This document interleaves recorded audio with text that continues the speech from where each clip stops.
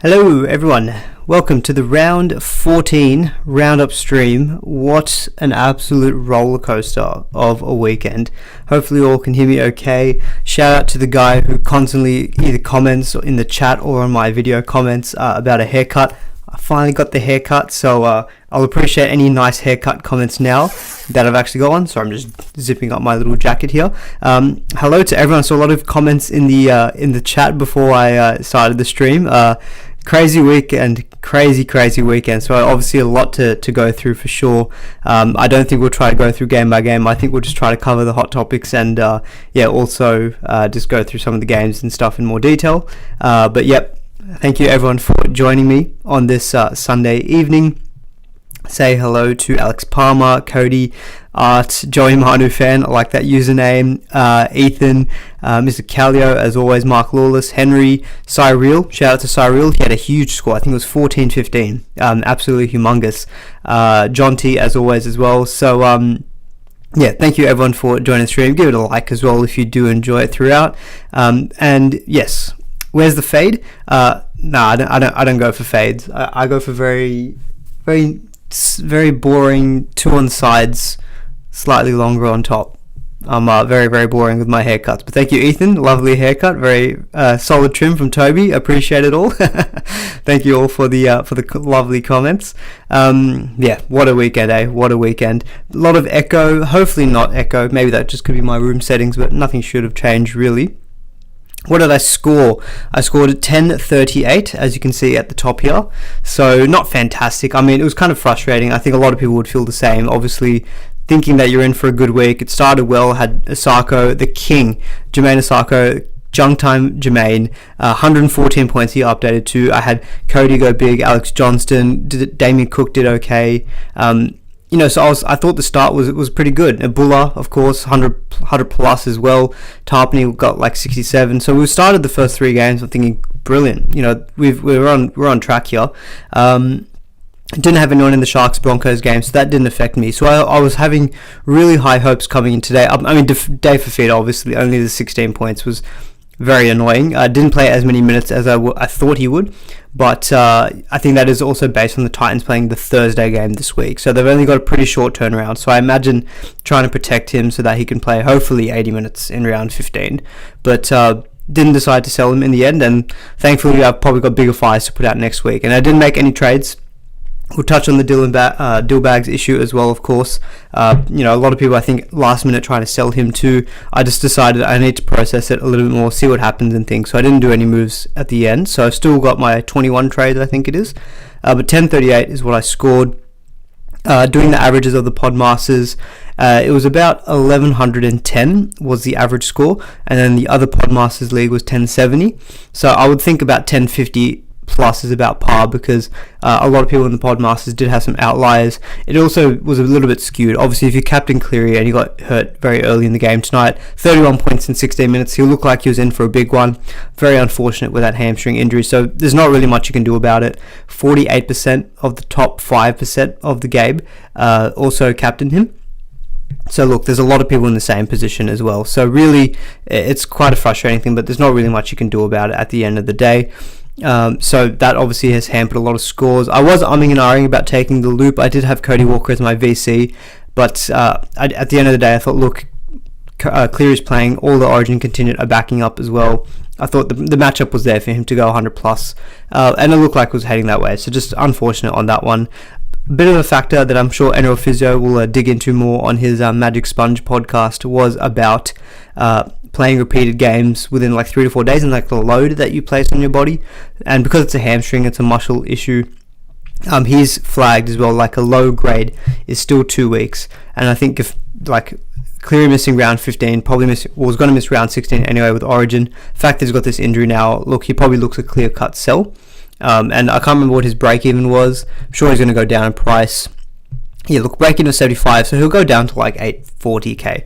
You can pretty much still sell to anyone. But yeah, look, Cleary I think will 100% be the most sold player next week, but there's nothing we can do about that, of course. It would just be more interesting trying to figure out who might be the guy to replace him for New South Wales, I think, if he doesn't play. But my feeling is that he won't play for New South Wales in Game 2, just because he won't have any games leading up to that. and it's a decider in Suncorp. Like, I don't know if they'd try risk him for that. Thank you, Cyril, for becoming a member. Really, really appreciate that. Excuse me. Cleary 200-point game gone begging. Yeah, look, it could have been a big one, but yeah, there's nothing really we can do about it. So those who either took a loop or maybe went a little bit pod, there was a few people who captained Nico Hines who updated to 90. A few people I saw captain Tedesco, he went 100 plus. So those are the people I think who have really won out this week. If you've captained Cleary, yeah, again, not really much you can do about it. I mean, my first thought was, okay, look, if he's not playing, Nico Hines, number 7, I thought, because look, he's already in the squad. He's been the form halfback last year he was a Dalian. So I'm seeing a lot of people online though. I'm seeing from Ian here, the Adam Reynolds and Cody Walker combination straight into Origin, because they've obviously played for a long time with each other in the Rabbitohs. Reynolds now plays at Brisbane, so he's familiar with Suncorp. Now, it's not a bad shout, but like, I can't see Freddie in a decider dropping his 5'8" from the last couple of seasons in Luai. So I think Luai is going to stay. So I don't think Cody Walker is going to come in. So people have been thinking that. My feeling is that that's not going to happen. And I feel like it will just be Nico Hines to come in. And to be honest, even ahead of Moses, I feel like Burton's probably even more of a shout to get in ahead of him, because Burton at least was 18th man. Burton can play 6, 7, centre wing. He's more versatile as well. So I think Freddie loves to overthink his utilities and whatnot. So I feel like Burton, to be honest, is more of a chance at coming. He might come in on the bench, for example. But we'll have to see what happens. Unfortunately, we won't get that information on the New South Wales team before round 15 lockout, because the team, I don't think, gets announced round 16. So we can't really get that information until after the end of round 15. But look, my feeling is the guys that you'd want to be looking to trade in, Sean Johnson, Mitchell Moses. Like, Moses to me seems to be the one who I think, if he doesn't play Origin, he would probably be the one that I would be looking at. And a lot of the reason for that is the draw for Parramatta. I've quickly got that up on screen here. So I've sorted this as well by difficulty over the next 6 rounds that I did. And so you can see that Parramatta come up top for me. They do miss round 18, but that's a standalone week where we should be able to field teams, and you can probably hold on to Moses and not have to worry too much about your team depth. But Bulldogs, Manly without some of their Origin guns. Dolphins still concede points. They conceded 30 points to the Warriors. Warriors again in round 19, Titans in 20. It's not a bad run for Moses all the way up until round 21. At which point it gets a little bit tougher when there's games against Melbourne, Roosters, Penrith, and the bye as well in round 27. But look, Moses to me seems the one who I think will be the most popular trade in for Cleary. Maybe the Cleary injury finally forces Freddie hands and he picks Cody 6, Hines 7. I just don't see... Look, Luai was pretty good, I thought, for New South Wales. One of their better players in game 1. I don't think Freddie will drop him for game 2, especially in a decider at Suncorp. So I think Moses should be safe. Walker has a bye round 16 anyway, so if he does go out for Origin, it's fine. Doesn't really matter for Supercoach purposes. Nico's the interesting one though, because if Nico doesn't for whatever reason feature, all of a sudden he's going to be available for round 16, and he'll also be around 18, and if he's not in Origin, maybe available for around 19 as well. But we can dissect that a little bit more coming into this week. Moses maybe, because he played game 3, was it not last year but the year before. I just think with Nico being around the team in the form that he's shown, it would be surprising to me if he's not the guy who Freddie called up to play 7. But we'll probably leave it at that. I think there's not really much more to touch on that side of things. I mean, in terms of the Penrith game, Dragons were pretty impressive actually. I mean, another injury, of course, more carnage. Jack DeBellin went off with a pretty bad-looking HIA, although in some of the footage towards the back end of the game, he was on the bench and looked to be up and about. So I suspect it's a Category 1, so he's probably going to be out for next week, which might hurt your depth, but next week is a standalone week. There was a question, I think, a little bit earlier. It might have been, was it from Davey K, or was it someone else? Apologies if I can't find your question again.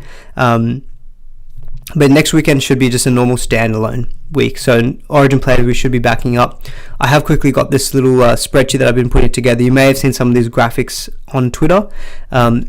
Basically, I've just kind of modeled out what are the number of days between the round 14 games and round 15. So, for example, the Titans, only 4 days gap between their Saturday game and the Thursday game. This is probably one of the reasons why Fifita played such low minutes. I've got Cowboys with 3, but obviously they're coming into a bye in round 15, so it doesn't matter. But you can see most teams, apart from the Titans, will have at least 5 days turnaround, which should be enough rest time, even for Origin players, to back up and be able to play just fine in round 15. Yeah, Cowboys by round 15. So I put 3 just for the purpose of being consistent. But yes, you can see that I've shaded them dark green, and that's because they actually, in practice, have a longer rest time.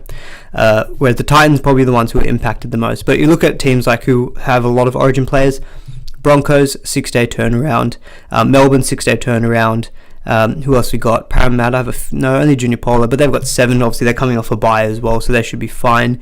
Penrith 5, Sharks 7, Rabbitohs 6, Roosters 5. So I feel like there's enough turnaround for most teams to be full strength, barring any random injuries, of course, this week, I should say, to field a pretty strong 17. But yeah, so a couple other things out of Penrith. So I can see something about Taruva. I reckon Taruva's a sell now with Glue Hands Tongo back. That is true. I mean, when I heard Tongo was back, I thought, apologies, Peachy owners. I'm not a Peachy owner. And because it was Carnage this week, selfishly, I wanted any Carnage to go in my favour. And so I thought, sweet, Peachy's out. That should be good because that's one less player that people may have. But then I remembered, I'm playing Taruva, and that's bad for Taruva because Tongo is back. To be fair, Tongo did put through that kick that Taruva scored off. 57 points. I mean, Panthers' run is pretty good. I'll quickly bring it up here. He's going to continue to make money.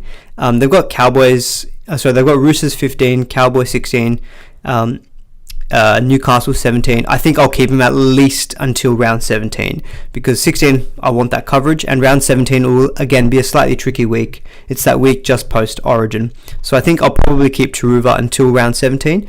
18 is Melbourne. If he's peaked in price, then coming into a buy in round 19, yeah, look, maybe that's a time that I'll try to sell him, but probably not one I'll look to prioritize. I think we've all got bigger fires. I would think that people have bigger fires to fight in their squads next week. It's a very interesting week.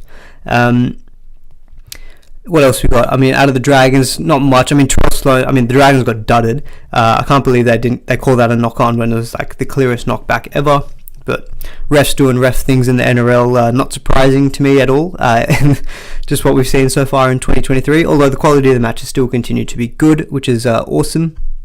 Really not a lot of other relevance, I guess, out of the Dragons, apart from that DeBellin injury, of course, meaning that he's likely going to be ruled out for next week. So that's probably covered. I mean, Hosking as well, strange one, 64 minutes, but only the 32 points, so really low work rate, which is not what we are used to seeing from him.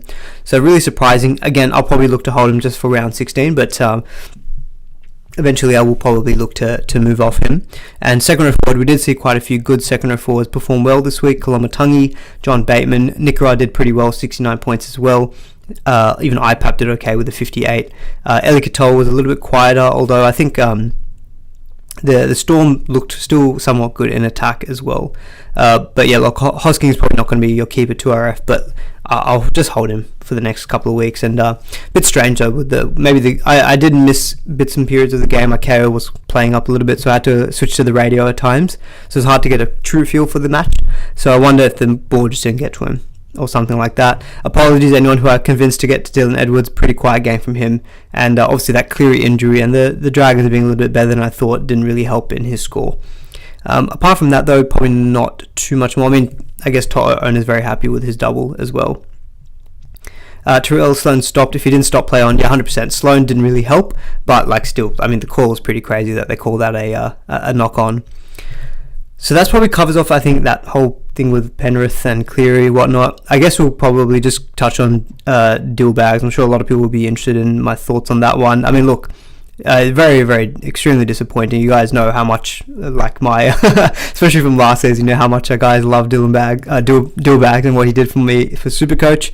And look, very disappointing. We still don't know all the facts, obviously, so we'll see what happens. But not a great look, obviously, at all. So thoughts are definitely with the parties who are impacted by this for sure. I mean, I'll be 100% honest. I didn't love getting mentioned in so many comments and things about oh, should I sell him? What should I do? Because to be honest, when the whole situation happened, my first thought was about I was trying to process it for 10 minutes. I'd gone for a swim in the morning, so obviously it all unfolded as I was swimming, came out, and then I just looked at my phone, and all these notifications and stuff, and I spent like at least good 10 minutes just processing it in the first place before I even thought about like, oh, is he a sell now at SuperCoach? So I know people think differently and stuff, but I didn't fully appreciate that. I'm sure, look, I'm not going to tell people how they should think and whatnot, but I didn't really appreciate all getting hammered with so many comments and stuff about like, oh, is he a sell, blah blah blah. I was like, look man, to be frank, I'm not even thinking about that at this point in time. It took me about an hour before I was like, okay, look, it is what it is, and yeah, look, people can probably look to sell or whatnot. So I know a few people may have looked to sell him during the day because of this whole potential for him to get stood down. Now, I'm not 100% clear on what the stand down rules are with the NRL. I've heard things that apparently if the charge warrants like an 11-year sentence, then it's an automatic stand down, whereas apparently with this one it's like a 5-year one. But look, Parramatta themselves have every right to stand him down if they choose to. So my feeling is that he's not going to be available next week. Like, I'd be shocked, to be honest, if he was playing next week. So for me, like, yeah, look, he'll probably be someone that we'll all sell. And yeah, look, very, very disappointed as well with those events. Like, especially just with league in general, it just seems to happen too much, and it's not what we want to see. Especially from our up and coming star players, who we all probably suspect Dillbags to be. But it's very, very disappointing on that one. But yeah, look, he'll probably be someone I think we'll all look to sell, to be honest. I mean, next week, if he's not playing, then it's probably going to be like Cleary to Moses, Dillbags. I mean, I've got a lot of options. If you own, like, I'll quickly go to my team, just to maybe help you visualize it. So I've got Dillbags, and then I've got like Katoa. So look, I can do a dual, maybe go to another halfback if I want. I could go Schuster down to 2RF and get like a second row forward, which is probably what I will end up doing. I'd probably go to like a Nikora or a Katoa or a Bateman. Good to get a good sample of what they performed like this week. You could easily go for a centre wing. I know people who went to Meany. That definitely probably worked in your favour. He scored 88 points today, and you can do that via Manu. You can switch Manu to 5'8" and get a centre wing. So there's options, a lot of options that you can sell to, and that was kind of one of the reasons why I didn't look to sell him today. I was just like, look, I've got so many permutations that I could do. I just wanted to see what happens for the rest of the round. And look, Cleary getting injured obviously changes things too. So I just said, look, I'll just wait and see what happens, and then we'll get more time to process it, and then we can go from there. I'll probably, if he's not playing, sell him for a 2RF. I think that's probably what I'll do, because I think my 2RF probably does need some beefing up, and so Dillbags at his price is very expensive, so you can easily go at 815k. You can go to like a Nikora, for example, and free up 100k. So that's probably what I'll end up doing with him if he is stood down. Tour Pro, please don't spam Manu. Sell ? I will get to that. We'll get to Manu in a bit, but my short answer is no, because look, he'll play round 16 and he'll probably play match fullback or 5'8" that week against, I think it's the Knights. So look, not a crazy matchup to have. Not that bad of a matchup to have in a bye week. So no, I don't think Manu is a sell, despite only scoring 40 today. But yes, that's my piece on Dillbags, if anyone was interested on that. What should we move on to now? Let's go to some positivity. What's positive? Dream Buller. Someone said it earlier in the chat as well. Dream Buller, what a man. Oh man, he started the weekend so good. This kid is an absolute gun. I was very disappointed though for the Tigers to not score. I mean, it was a cracking game, and just couldn't get to the bloody field goal attempt at the end. Very disappointing from them. But look, Buller, unreal. Even without that line break try, which was about 30 points, he was hitting about 80 points as it was. So really good from him. John Bateman, one of the few times I feel like where what I've said on Tuesday in my preview stream actually came to fruition, where I said I'd prefer Bateman to IPAP because Bateman can seem to create his things out of nowhere in terms of attacking stats, whereas IPAP needs to be fed the ball, and that's basically what happened. Both of them had pretty much equal base power, 58, but then Bateman goes and scores a line break try with a couple of tackle busts, which he created from his own accord. So I think anyone who jumped on Bateman, very good and well played from you. So I think you're very happy with Bateman if you're buying. Definitely will try to look to maybe get in Bateman. That's the thing. He could be one. That's another reason why I didn't sell Dillbags, because I couldn't buy Bateman or Nikora. They'd already locked out. I was like, the only option I could go was Katoa. Do I want to force myself in, or do I want to maybe go someone else? So Bateman is definitely still someone who I'm considering. apart from that, I mean, not really too much more, I guess, out of the Tigers. I know some people may have been looking at someone like Stafford Toa. I still think looked dangerous at times, but obviously not quite the performance he had against Val Holmes. But yeah, Buller is just unreal. People he was one of the most traded in players this week, especially after Turbo got ruled out, and Latrell as well. I think I'm gonna have to look up if you guys haven't seen his tweets yet. I'll put a link to him in the chat. Let me just do this real quick. Mention Kotoni Staggs. We'll touch on Kotoni Staggs. Look, he had a good game. So this is Jay Schubert. He does kind of preempt break-evens and price changes before lockout, so it's very helpful just to get an initial idea as to how prices may change. Just having a quick look at Jareem the Dream. So he's got him pinned for about 102k increase in price, and this is when Buller was on like 100. He's gone up another 10 points. So look, he'll be like 550, 560k, and he said approximately his next break even will be minus 45. So he's still going to keep making money. And look, 545k for a guy who's going to be averaging 70 plus. He's looking fantastic. And Tigers do play round 16. They've got Titans this week, which is great. Melbourne in round 16, but it's Melbourne without Munster and Grant. Buy in round 17, look, you can maybe look to sell him at that point. He might be peaked in price, but honestly, I think he's looking so good that you could just hold him until round 20, even 21, for example, and then maybe at that point you go back to like a Latrell or something like that. Good thing with Buller is round 17 is his last buy. He has no more buys up until then, so if you're stuck with him, it's not the worst player to be stuck with either. So yeah, very, very impressed with Buller, and I know Teddy's gone good the last couple of weeks, but Teddy down to Buller, which I did, I think in round 12 or round 11, just to create some funds. That's probably worked out. His base stats are fantastic as well. Yeah, as Deezer says. So like lots of tackle busts. So we've got 20 points there, 28, 30, 62. We have 70 points in base power. Unreal. I think he ran for like 240 meters as well. So yeah, Dream the Dream. His underlying stats are good. So I think if you haven't jumped on him this week, to be honest, I still think he is worth the trade in next week, because you'll have a big negative break even, 550k for a player who's clearly good for Supercoach in terms of his underlying stats. I still don't see downside risk on it. Just ignore the fact that he was 200k. Just look at him as a 550k fullback with a negative break even, averaging over 70. Looks all good to me. That's probably it, I guess, from this game. Apart from the Tigers not doing very well in the last minute, but very exciting that they scored the 18 points in the last 10 minutes. Tarpany very good at lock. Corey Horsburgh a little bit quieter today, but really not much outside of that, I guess, on the Raiders front. I mean, Fogarty had a really great game, to be honest. A couple of kicks that hit the goalposts, but Supercoach wise, I think you're probably looking at a Moses instead, and the Raiders also don't play round 16. Alright, we're going to be jumping ship. Seeing some questions about Munster and Harry Grant, so we'll quickly go to that game. Maybe we'll go. We'll start Panthers and Tigers, and we'll go Storm. So next game after that will be the Warriors Dolphins. This, to be honest, guys, this is a game I wasn't able to watch in full. I was kind of driving and kind of half listening on KO. But also, does anyone have this thing on KO as well, where half times, ad breaks, smooth as coverage, no issues, and then as soon as the game starts, it starts going back into its horrible ways? I'm like, what is going on here? Whatever servers you've got working through your halftime, can you please use this for your actual game? Because it's very frustrating. Anyway, so this game I wasn't able to fully watch and see, but I was more the first half that I was able to catch, so I was just checking scores otherwise on my phone after. But a really big game I saw from Val Holmes and Sammy Valemi getting a hat-trick.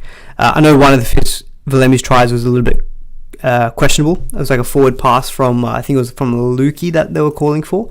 But yeah, look, pretty good performance from the Cowboys. I'll definitely want to go back and at least watch the KO. What is it? Is it KO Mini? Like the 20-minute highlights. I'll definitely want to see that as well. But yeah, Val Holmes obviously had a really big game. I think he scored a double. No, he only scored the one try, but a couple of try assists, lots of goal kicking points. Look, a little bit annoying because I'm sure a lot of you, like myself, would have sold him last week. But look, I sold him for the King Junk Time Jermaine. Since then, Jermaine has gone back-to-back 100, so I'm not that filthy about selling Val Holmes. And look, He missed last week, 135 this week. He misses round 15. He'll miss round 16. So in 4 weeks, he's going to score us 135 points. That's an average of 30, 40. It's fine. It's one good week, but I think in the long term, over this origin period at least, I think it worked out. Steez is asking, do I just hold Val now? So I think you'll be going up in price with a 53 break even. Look, I mean, you can hold him because it looks like I think that the Cowboys will continue to play him, and he does, I think, historically had a good record of backing up. Just looking, I don't think I've got this up on my... No, this is some little other spreadsheet I've been tinkering around with, but actually I'll have it here.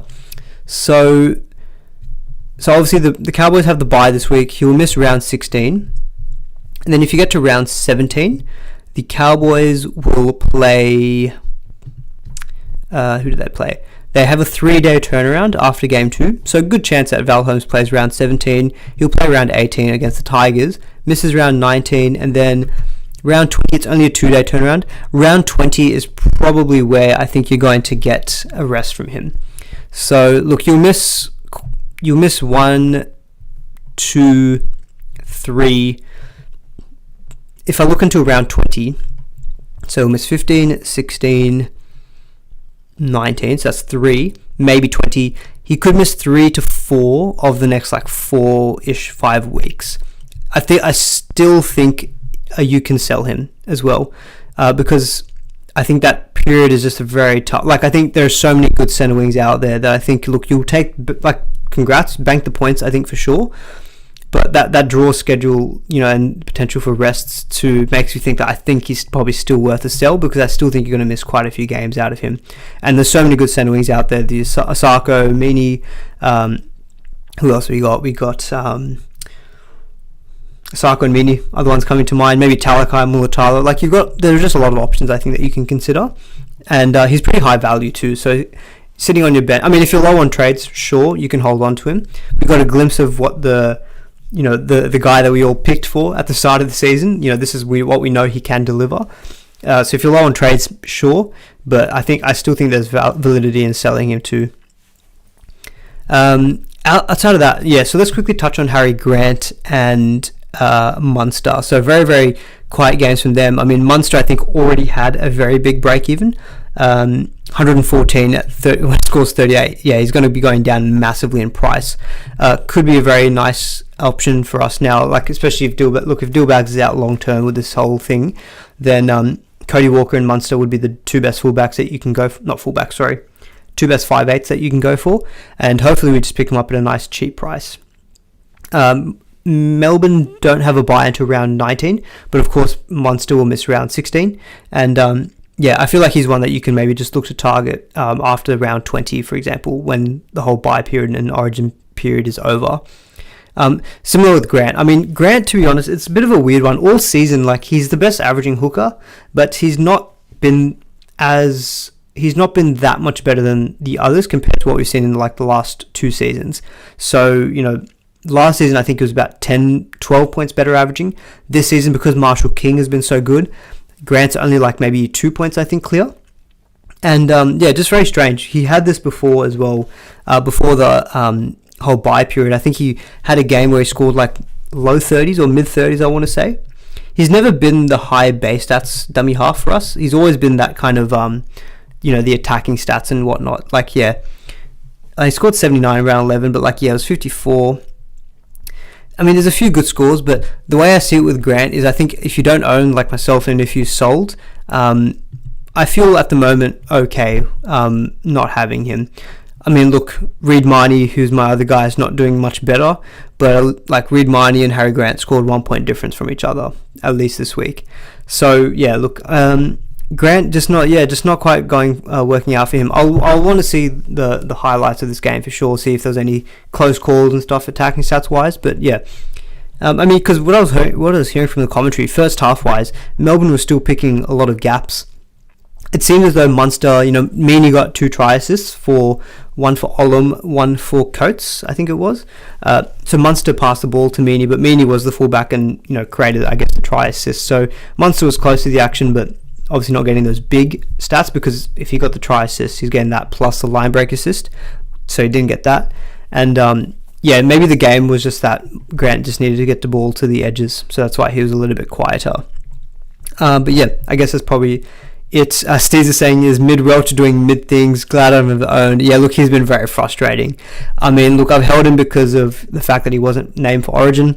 And look, if he gets me 45 points in round 16 in a bye week, it's fine. I'll take it. But yeah, he's been very, very mid for sure. But I mean, at his value, like, unless I free up a lot of funds, I've already got Tarpany and Tohu Harris there, so like my two starting front row forward I'm more happy with, so I can live with Welch not doing great things. And now hopefully down the line I don't need to rely on playing him.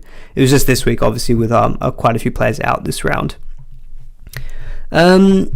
Outside of that, anything from, I mean, Drinkwater continues to get it done, 81 points. He's been a really, really good option, even with the slightly tougher draw, but I think, you know, probably with the buy next week, I don't think people will be looking to buy him until maybe, say, round 16, potentially.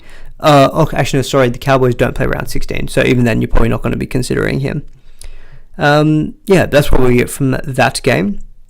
Let's quickly get to seeing some things about Marnie and Manu and Billy Smith. So yeah, let's touch on the Roosters Bulldogs game. So I was able to watch most of this game, which is good. Good performance from Tedesco, double in the first half, both without line breaks, but then got, I think, a 2 try assists. Did he get 2 try assists? He did get 2 try assists. I know one was for Suali'i and the other was for the debutant who, apologies, I cannot pronounce his surname, Junior Polga, is that how you pronounce it? Hopefully I got that one right. But he set his try up too, and lots of tackle busts, so a bit more of a vintage Teddy game that we're used to seeing.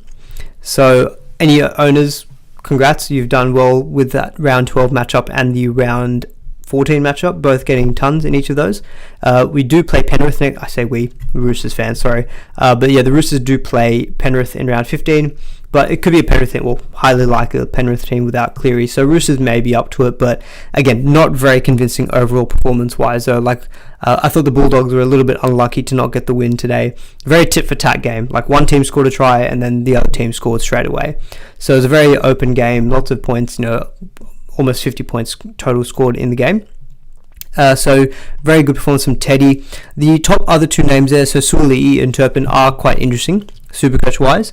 So Turpin 62 points, so pretty much all in base stats. So he was on like 40 at not even at halftime. He had made like 33 tackles in like the first half at least.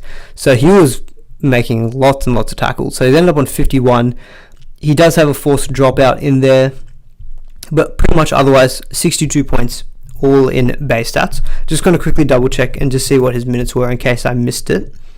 But I have a feeling he played 65 plus, if not the full 80. So just bear with me for a second.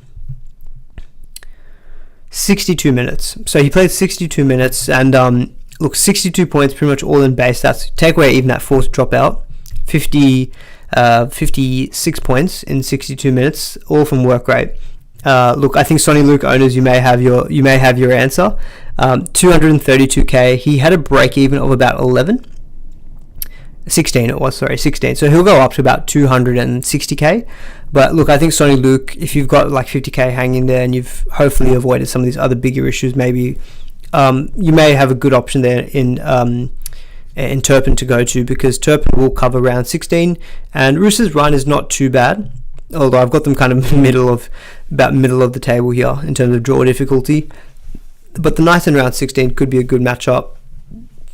Now I just want to check what the status is on Brandon Smith. So I'm just going to quickly check the casualty ward, but from memory his injury was more of a longer term one, so I think you might still be able to get a few good weeks out of Turpin. So Brandon Smith, according to NRL casualty ward, due back round 19.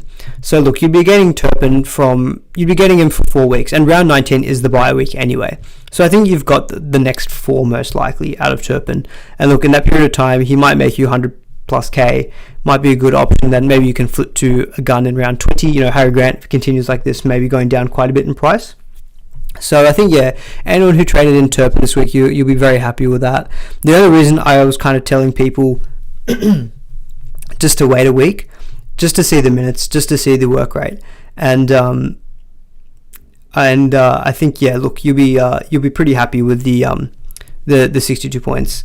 Hey man, great content. My mic's almost clipping. Haven't noticed. Maybe I'm talking too close to the mic. You know, when you make the P sounds, it can sometimes impact it. But I think someone's moved actually my little set-top box. Maybe that's created the issue. Hopefully, I'll stand a little bit further away from the microphone, but hopefully it's all good. Sounding strange before, that might have just been me. I had a little bit of a sore throat at the beginning of last week. Maybe it's just come back a little bit. I don't know. But yeah, look, I think you'd be pretty happy with Turpin, and yeah, potentially a good trading option for this week. And I think if you're a Sonny Luke owner, dropped to New South Wales Cup as well. So again, another blow for people who are relying on him for some depth for this week. If he's again not named in the 17 next week, then I think it's a pretty easy move, to be honest, to Turpin. Davey K. So Marnie, I think, speaking of other dummy halves, I think is out with the HIA. Please correct me if I'm wrong. So yeah, look, very frustrating. Reid Marnie scored a try in the first half, and I thought, you beauty, finally you'll get me some points after a few weeks of disappointment. That one try was how much he scored in round 12 in 80 minutes. So it tells you the frustration. Now with Marnie, so he suffered that HIA about 5 minutes before halftime, and they said it was category 2 symptoms, but he failed it. So I need to reach out to NRL Physio to get this all confirmed. But I think he will play round 15, because I think it's only if you get category 1 symptoms that you have that automatic 11-day stand down. Now, I think what could be the potential complication is they called it category 2 on the game day, but let's say tomorrow he starts demonstrating category 1 symptoms, or maybe delayed concussion symptoms. That could see him be ruled out for round 15. So I think based strictly on the rules of him getting a Cat 2 kind of HIA classification, I think that should mean he's back for round 15. But if not, then I think he could be out. And look, Marnie, I'll be punting, I think, in round 17 if I can, because he's been very frustrating. And Bulldogs have got the bye that week. I mean, he does cover 19 as well, but look, if Damien Cook doesn't play, look, he'll cover me that week anyway. So Marnie, yeah, it's been a bit frustrating. The HIA, obviously, again, you can't really factor that in, so very annoying. I had to play Harrison Edwards as well, given my depth. He actually played dummy half while Marnie was off the field. Ian Johnson was asking me as well on Twitter, is he going to get dual now? It's not that easy. He has to either play significant minutes at that position in like at least 3 games, or get named in that team or in that position for at least 3 games. So I don't think, unless he gets named at nubby half next week, maybe there's a chance, but I don't see it happening, to be honest. Mashed potatoes, you traded in Terps. Yep, well done. Suoli'i, let's quickly talk about him. So back on the wing today. So I think wing is definitely much better for him for Supercoach. I just generally prefer wingers as well. You know, you saw today the wingers getting those line break tries like in To'o. It just seems to happen more for them than, say, the centre wing. So, and goal kicking as well. There's been another delay to Sam Walker's injury. So it was reported today from physio that it's going to be another 3 to 4 weeks out. So I think that means that Suoli'i, again, during this little bye period, will still be safe goal kicking wise, and that really does help. So scored the try, 16 points in goal kicking. He's actually a pretty good goal kicker too. I know he missed that one penalty shot, but outside of that, I think his conversion rate is like 90%. It was like 90%, I think, coming into before that penalty conversion. So he's a pretty good goal kicker. Very, very cheap price as well. So I think at the price, 75 points, break even of 52. I think while he was stuck playing centre, not really an option, but maybe now at that price, if he stays on the wing and he gets named again on the wing, I think that makes him a little bit more of an interesting proposition. So not a must trade in by any means, but look, on the wing, goal kicking, that definitely makes him way more interesting for sure. Joey Manu, look, I kind of quickly mentioned it earlier. I don't think I'll be looking to sell at this point. I mean, 40 points in a game where he really did nothing. He almost got a try assist for one of Teddy's tries, but it got overruled for an obstruction, which was it was the correct call. So he was kind of close to the action. I don't know if I've got rose tinted glasses on or something, but I don't know. I still feel like I kind of look at these guys and like 40 points in a game where they've got no attacking stats, like, it's fine, I'll take it. And the fact that he covers 16, and I'm just looking at that game, and look, if he doesn't score big in that game, I'll obviously be very disappointed. But fingers crossed he's playing at fullback against the Knights, because if that's the case, no Teddy that week because of, there was an article that came out that Teddy's not getting dropped. Manu will be almost very highly owned and also potentially a good captaincy shout as well. So Manu for me, at least until round 16, not a sell. After that, if you want to switch because he doesn't cover round 19, then be my guest. And also the draw isn't that good for the Roosters on the run home either. Like, you've got games against the Storm, Broncos, Manly, Dolphins, Parramatta, Rabbitohs. Like, it's not an easy run on the back home either. And by then, if Sam Walker comes back, then yeah, that could be time out for Manu. But right now, I don't think he's a sell. Billy Smith, of course, after everyone trades Billy Smith in, he goes back to just doing nothing for us, point scoring wise. I did say this too. I'm like, when you trade him before his third game, don't expect those 45 points in base and base power. He's normally a 30-32 guy, and he pretty much scored that today. Couple of offloads in there as well. Break even of 11. Look, again, he's probably someone who I'll hold for around 16 because it is a good game against the Knights, but yeah, obviously not delivering what we would have hoped for trading him in. The Roosters overall are still not clicking. Credit to the Bulldogs, they had a good game, but I don't know. Roosters are still not very impressive, to be honest. But yeah, look, Billy Smith, I think if you've got the ability to, you've got the rest of your team set up, then I don't see anything wrong with trading out Billy Smith, but not before round 16, I think. All right, let's jump to the Warriors game. Let's go back up to the top. The man of the day was Shaun Johnson. So good to see Johnson have a great game. I'm seeing it. What's this from Davey K? Any help on more Johnsons to add to my team? Alex and Shaun already in the team. At the stage, Austin Powers my team if it results in good outcomes. Yeah, look, Johnson was great, wasn't he? I think people who jumped on SJ last week and he scored 30 something, because last week was a bit of a somewhat 50-50 of buying Moses or SJ. And that was round 13. Moses obviously killed it, going 98. SJ I think got 30 something. So SJ owners, you're definitely rewarded. 127 points, pretty much a masterclass. He looks so good. So I think he'll definitely be someone who's worth considering for halfback. Doesn't cover round 16, which makes me slightly lean towards Moses if we're looking for a Cleary replacement. But look, we've seen that Johnson has the upside, but Moses equally does have the upside too. And just looking at draw wise, because you guys know I pay a lot of attention to that, between round 15 to 20, I do prefer the draw for Parramatta. Warriors have games, Dragons at round 17 is good, but there are games against Parramatta, Rabbitohs, Sharks, Canberra, not fantastic, whereas Parramatta got the Bulldogs, Manly, they do play the Warriors and stuff as well. So I think it's tough. They both play equal amount of games over the next 6. But a part of me still thinks Moses is the guy. I think Moses is the guy to go for. But I think if you've got the gut feeling about SJ or a bit nostalgic, then yeah, look, SJ could be definitely the worthwhile considering. Shout out to Nickel Klukstad. He's been killing it actually. Back-to-back tons as well. He's starting, it's a bit of a different Nickel Klukstad to what I've normally seen. What did he score? Sorry, I've got my light in the way. 94 points last week, 104 points the week, this week now as well. Just seems to get more involved in the attacking plays for the Warriors. So I think anyone who's held on to Nickel Klukstad through that he had that period just before round 13 where he was got the head knock and whatnot. You'd be very happy with Nickel Klukstad if you've held through. He wasn't very heavily traded in centre wing for round 13, but I think now he may pique some interest, although with the 16 bye, probably not going to be someone who a lot of people will be targeting. Maybe after that round 16 bye, he might be. I don't think the Warriors have any other buys after round 16.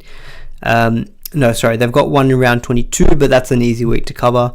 And the run home's not too bad. You got Titans, Dragons, West Tigers, Dolphins, Manly. The run home's not bad. So if you're looking for a long-term hold, maybe Nickel Klukstad is a guy that you do consider. Cyril says, I've been an SJ believer since round 5. Glad my vindication is being paid off here. Look, SJ's having a great season. He's already averaging 68 up until this week. So another big score from him. Murata Niokore, one of my round 1 OG players. Don't own him anymore, but look, pretty good game from him for sure. Dallin Watene-Zelezniak. He's been a bit of a little pod that's done very well for people, I think, if they went on him a couple of weeks ago. I know I feel bad. I always feel bad when people ask me about like a player and I kind of knock them and then they come out and score well again. I'm like, oh, damn it. Hopefully I didn't steer someone too far in the wrong direction, because whilst I like to give advice and stuff, I hope you all at the end of the day make your own decisions. Someone else commented before that I think I said go Eli Katoa instead of Bateman. Obviously that was a big point swing. Someone commented, I'm glad I didn't listen to you and I went Bateman. I'm like, I'm glad you didn't listen to me too either, because I want you guys to do well, of course. But yeah, look, Watene Zelezniak and the Warriors, really good attacking performance from them. Some games have been a little bit not great in attack, but what was it, Saturday night they had a great game attack wise. Nico Kluxard's base has been higher than ever before as well. Yeah, let's have a quick look at his base stats. He is normally a pretty base heavy guy, even coming into the Warriors, but yeah, base power wise, 12 points plus the offload 16 plus 32 in runs. Yeah, look, 48 points in base power is very, very solid. Tohu Harris has been solid, not fantastic, but look, I'll take 57 points, it's fine. Jackson Ford, if anyone held on to, you'll take 58 points as well. Just very quickly, I'm going to have a look at minutes as well, because there was a big question mark about Ford coming into this week about, is he a sell, can you upgrade and whatnot. He still played 80 minutes though, so even despite that bench of Curran and Barnett, he did play 80. Now I guess it's hard to get a read this week. There were a lot of in-game injuries for the Warriors, so Rocco Berry got a very early HIA, so I think that meant that Josh Curran came on and played center, and then also Montoya, I should say, he also went off for a HIA, and I think there was a bit of a reshuffle that way. So I think, Ford played the 80 minutes, but I don't think we got a full read into how his role will be moving forward. But up until the last 2 weeks, he has played full 80 minutes. So still could be a guy that you hold, but 58 points is more or less what you kind of expect, I think, from Ford most weeks. Still someone I think you can look to move on and upgrade, though, to like a Nikora or a Bateman, for example. And especially in round 16, if you want to beef up your numbers there, he'll probably be someone I think a lot of people will be selling, at least in round 16. Yeah, Niokore went to center as well. Yeah, I'm surprised Niokore didn't go to... I don't know if I was missing it or misinterpreting the positions, but Niokore has played center before for Parramatta. So I was surprised when Curran came on that they just didn't put Niokore to center, but maybe I misread things. But yeah, lots of in-game injuries obviously didn't help things in terms of trying to clear up any potential rotations for the Warriors. Jermaine Jungtime Isako, absolute king, updated to 114 points. Watching that game, so I was like, look, there was about 4 minutes left, and I was like, I will take anything for Jermaine to get some junk, purely not even for SuperCoach, just so I can post another Isako picture on Twitter, because last week I had so much fun doing that. I wanted to do it again, and he's coming clutch with that junk time try. Chucked another picture of him up on the tweets on Twitter, and people loved it. I think there was about 85 likes on it. Last week's was 91. People love Isako on Twitter. I'm loving Isako as well. He's been a great trade, and any non-owners, obviously you'd be very annoyed by that junk time, but look, in a week where so much bad stuff happened SC wise, I'm very happy with Jermaine. Still killing it. So yeah, happy with him. Cody Nicarima had a pretty good game. Now, Ray Stone, someone did ask me earlier this week about Ray Stone, and I was like a little bit iffy on it. I think they were looking for a downgrade, and he's gotten 64 points. So credit to you, whoever, if you're watching this back on replay or if you're in the chat as well. Yeah, look, credit to you for getting Ray Stone, because he came out with 64 points, and he played 68 minutes in the middle at hooker. So you're very happy with that too. Now, I don't think that will happen every week, though. That's the only downside, because Marshall King was a late scratching, again, impacting people's depth this week. Now, on Marshall King, I think it was only a pain management thing. I think it might have been a shoulder. I expect him to be named again next week, so I'm seeing a question here from Henry. So, yeah, look, I think Marshall King should be available next week. It sounded, though, from physio's perspective, it was just a pain tolerance issue, and he should be back next week. So I think if you're a Marshall King owner, I think don't fret. Obviously, it's not ideal he didn't play this week, but should be back next week. Ray Stone, not sure if that's going to continue in terms of his minutes of role. If Marshall King's back, I suspect not.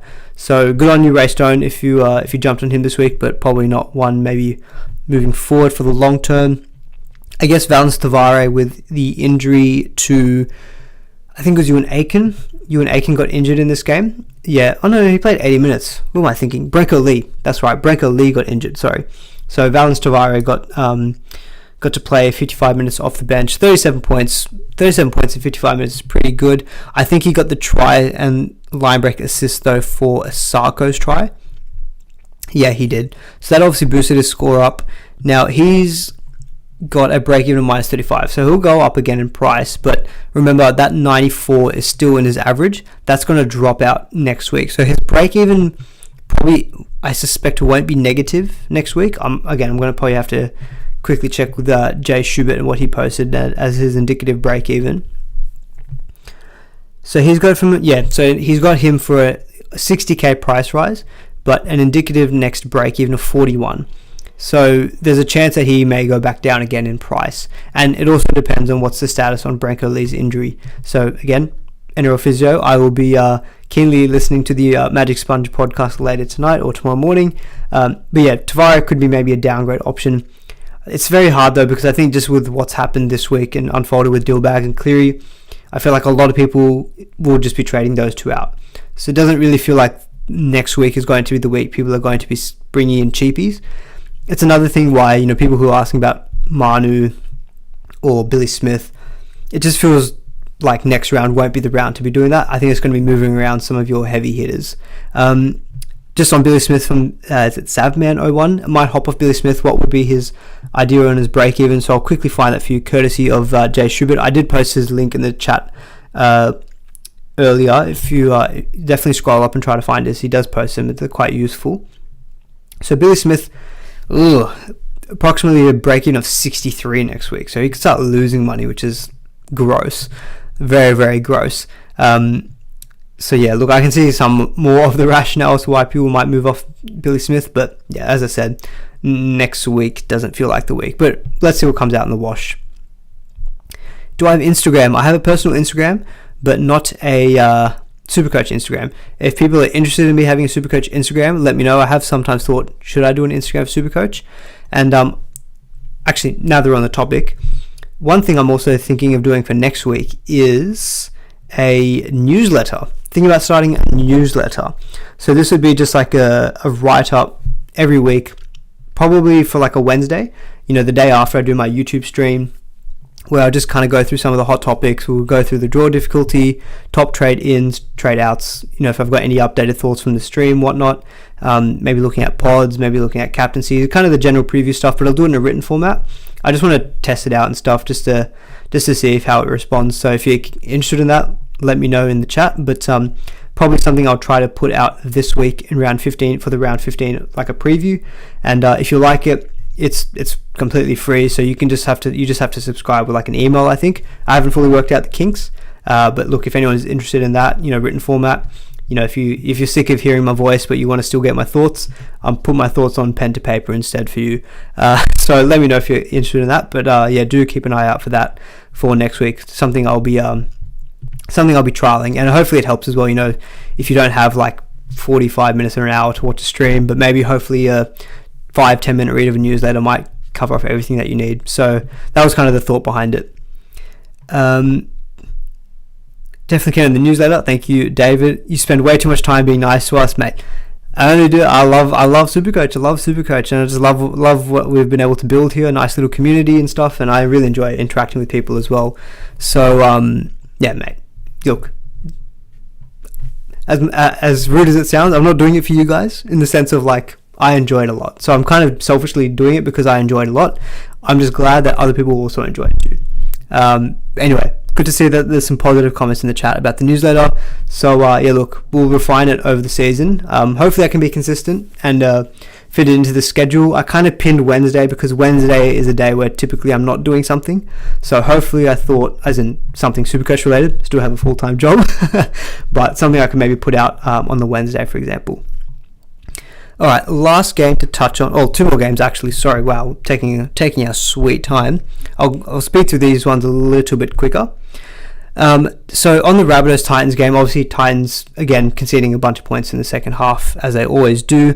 Very happy with Johnston and Cody Walker's involvements in this game.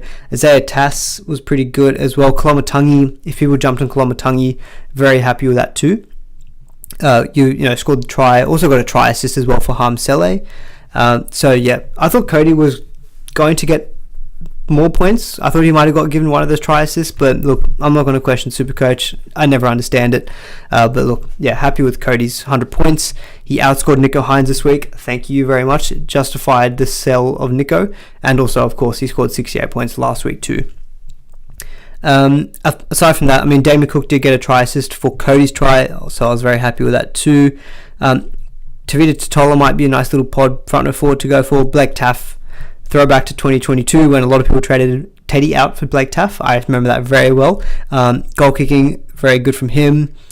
Tino, if anyone held Tino this week, you're obviously ecstatic with the 103 points. Played big minutes. I mean, the guy's a machine. And I thought when Tino was coming on, I thought, sweet, surely Fafita's coming on at the same time. Not to be. I wonder how much of that was due to Fafita getting that HIA in Origin. Maybe they wanted to play a little bit more cautious with him. But Tino playing 60 minutes backing up is incredible. And obviously scored that very late try. But even without that, he was going to hit 70 points. So Tino is definitely someone who, if you haven't yet brought in like a gun front row forward, you can maybe go for Tino. Maybe you can even consider him in the back row as well. But it feels hard to buy him during this Origin period, and he's pretty expensive at 720k.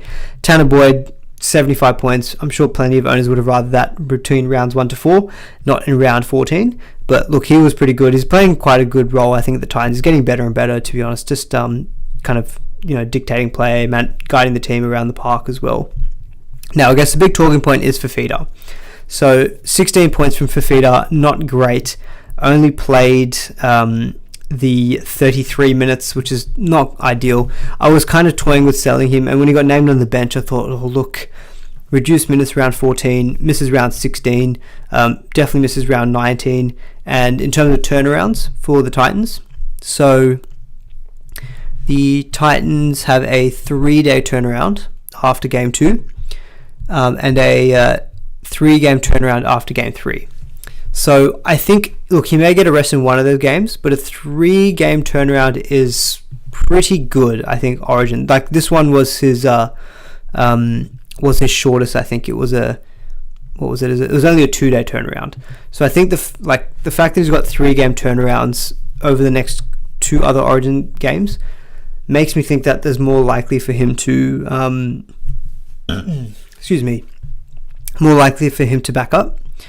And next week is against the Tigers, so that's a matchup that he can do very well in. For me, it just feels like if you haven't sold him yet, I feel like now it's too late. That's kind of how I feel about it, because I think this week seeing him on the bench might have been the opportunity to go to someone else. But knowing that next week he's probably going to be playing 80 minutes, he only played 33 minutes, so I suspect he'll play the full 80 next week against the Tigers. Are you really going to sell him next week when he's playing? Probably not. Maybe in round 16 you can sell him when he's out. Maybe you can go down to like a Nicaragua, for example. But with a 3-game turnaround in round 17, just looking at the draw very quickly, round 18 the Titans play Canberra. Broncos game round 17, look, that's a tough matchup as well. And look, we saw this week that the Broncos did back up most of the Origin players. If that happens again, I'm sure the Titans will want Fafita on the park. So for me, ex-club, I think he'll play in that game. 18 against Canberra is fine. Parramatta, again, is a tough game. Like, for Fafita as a season keeper, you're going to want him at the back end of the season. And I think with trades running low, I think if you haven't sold him already, yes, look, he'll go down in price, but you're not losing out on anything if you don't sell him. So yeah, for me, Fafita, probably not a sell, I think, at this stage. But yes, very, very disappointing, only with the 16 points. If you went to him to Bateman, for example, you'd been very happy with that move. Him to any other second row forward probably would have worked out. But yeah, look, I think with those games and those rest periods coming up, I'd be confident, I think, still holding on to Fafita. Very quickly, last game, we're almost hitting about an hour mark, so we'll fly through this one before we wrap things up. So again, apologies, this game I didn't really watch a lot of. If you saw my tweet, I basically wanted to avoid watching this as much as possible because I didn't want to death ride Nico. I hate it. I hate it. But look, Hines, he was on about 60 at halftime. I thought, oh, gee whiz, he could go huge here. He set up Talakai, got a forced dropout. I was like, here we go. The accumulation is starting. But look, 90 points after being 60 at halftime, I'll take it. Very quickly, I'll just quickly answer this question from Major Fishing Adventures. Great username. Fafita's break-even next week, I'll quickly find what it could be roughly. Next week, his break-even could be 149. So Fafita's pinned in for about a 43k price drop. So he'll still be 900k with a break-even of 149. Look, even if he loses money, I see him going to high 700k. You still have to pay that when you want to bring him back eventually. So anyway, that's on Fafita. But look, I think a lot of interest in the Sharks players from this week. So Will Kennedy, apologies, I was full on the Dill Edwards bandwagon, and Kennedy was the one who outperformed him, hitting a season average 78 points, still continuing to be good. So maybe he's a good fullback option. Who else we got here? I mean, Katoni Staggs. Someone did ask me about talking about Katoni Staggs earlier. Look, a try assist. You'll be happy with 10 tackle busts for 96 points. But the base stats were good. I mean, 35 in runs, 4 more in tackles. That's 39 in base. That's pretty good from Katoni. And the draw is not bad. Nice in round 15.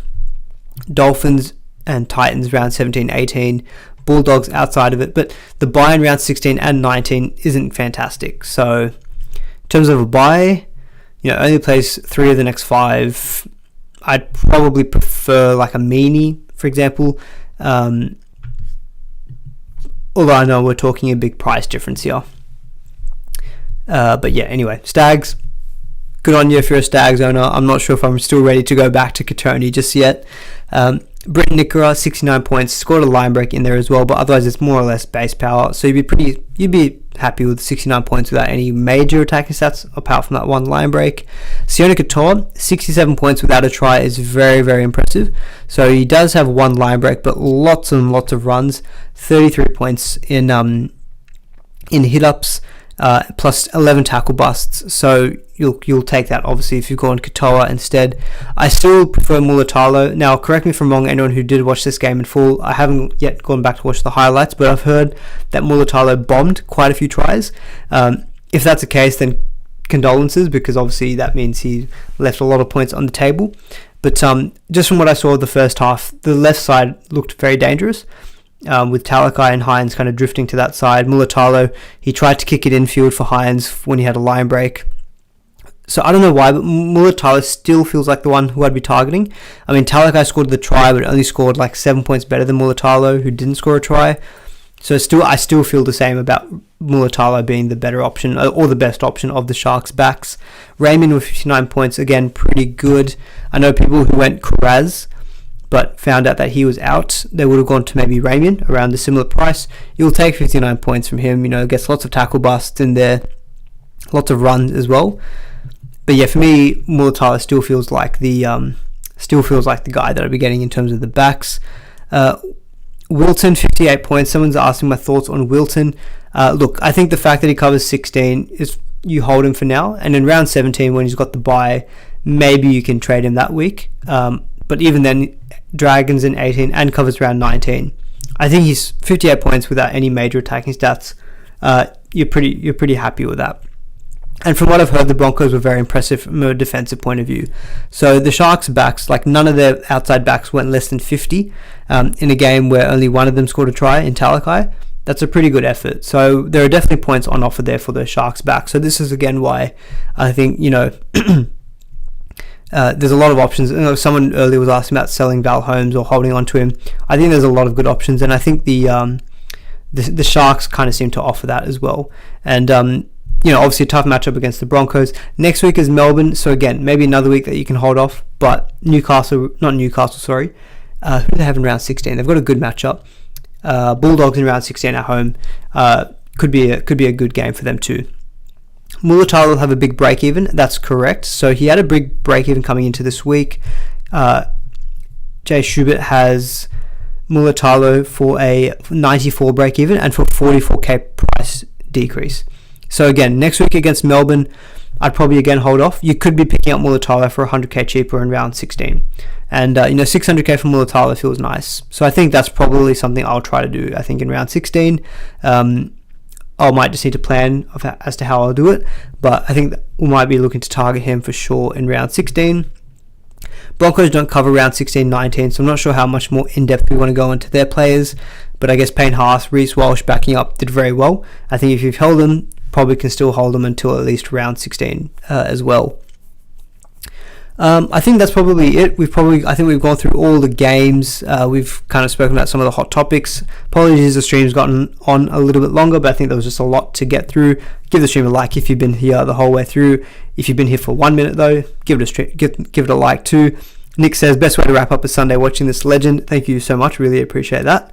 But yeah, so I guess in terms of my initial thoughts for trades for next week, look, probably with Cleary out, most likely to Moses. I just don't think that Moses will get picked for New South Wales. I just still think it's going to be Nicho Hynes.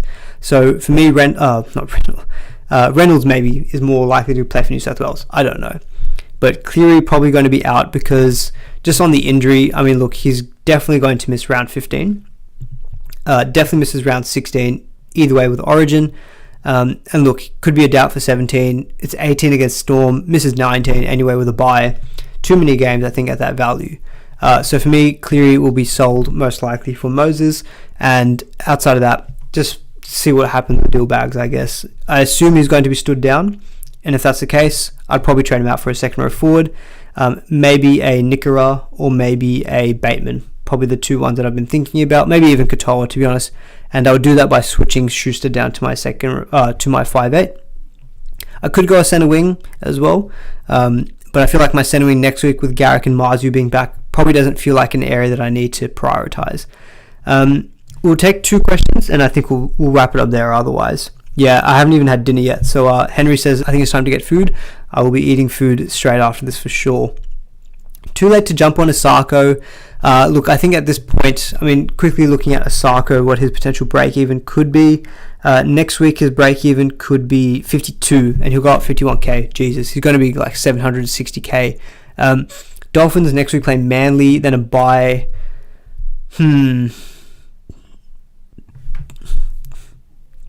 I mean, I'd bank Asako to score more than 52. So I think if you're well set for 16 and you don't need to buy him for that coverage, I think next week is still fine to buy Asako because Manly looks a decent game. And then after that, he's only got that one more buy in round 21. The draw between round 17 to 20 isn't great. Parramatta, Broncos, Titans, Penrith. So I think if you're happy to not get him next week, there's an argument that you could actually just get him maybe in round 22. Because this little period there, maybe he drops down in price to like 600, 650. You can pick him up a little bit cheaper because that run home is quite nice for the Dolphins. They've got Knights, Bulldogs, Cowboys, Warriors is maybe okay. Tigers, like there's some decent matchups in there. So yeah, I think that one you kind of maybe just have to make a 50-50 call on. But I can see the merits in both avoiding him until round 21 or maybe just getting him straight away next week. Alright, I think I'm seeing some questions from Ian as well about Turbo. Yeah, I mean, there's all this thing about him potentially getting an exemption to not play round 15. Sorry, to play round 15. I mean, the way I read it and my math. So he got his HIA on Wednesday. 1, 2, 3, 4, 5, 6, 7, 8, 9, 10. And Manly play on the 9th against the Dolphins. So that's, I mean, I don't know if it's, even if it's if you count it the 9th day or the 10th day, it's not 11 days. In my opinion, he shouldn't be playing, but the NRL just make up rules as they go along. So I don't think he should be playing. As per NRL's rules, I don't think he should be playing. If Manly want to get an exemption for him, then fine. But yeah, based on the rules, as how I read them, Turbo shouldn't be available for round 15. What's for dinner? I think I made some chicken curry last night. I'll probably have leftovers. One more question. Do I still love deal bags? I will reserve judgment on that one. That's obviously a very touchy subject, but if what he's done is true, no, don't love him. If it's not true, look, I probably still don't love him because why be in that situation in the first place? But look, very hard to comment until we have all the facts. So that's what it is. It's very sad though, very, very sad. You guys know my affinity for him. When I read that, I was very disappointed, very, very disappointed. Anyway, we'll wrap it up there. We've been going on for ages, hour 10 minutes. Hopefully you guys enjoyed it. Do give the stream a like if you did. I'll put the audio for this up on Spotify hopefully tonight if I can, just so people can listen back. And stay tuned for a Tuesday stream hopefully, and maybe a Wednesday newsletter. Bit of a first for the old channel. Anyway, we'll end it there. Thanks everyone for tuning in. Enjoy the rest of your evening.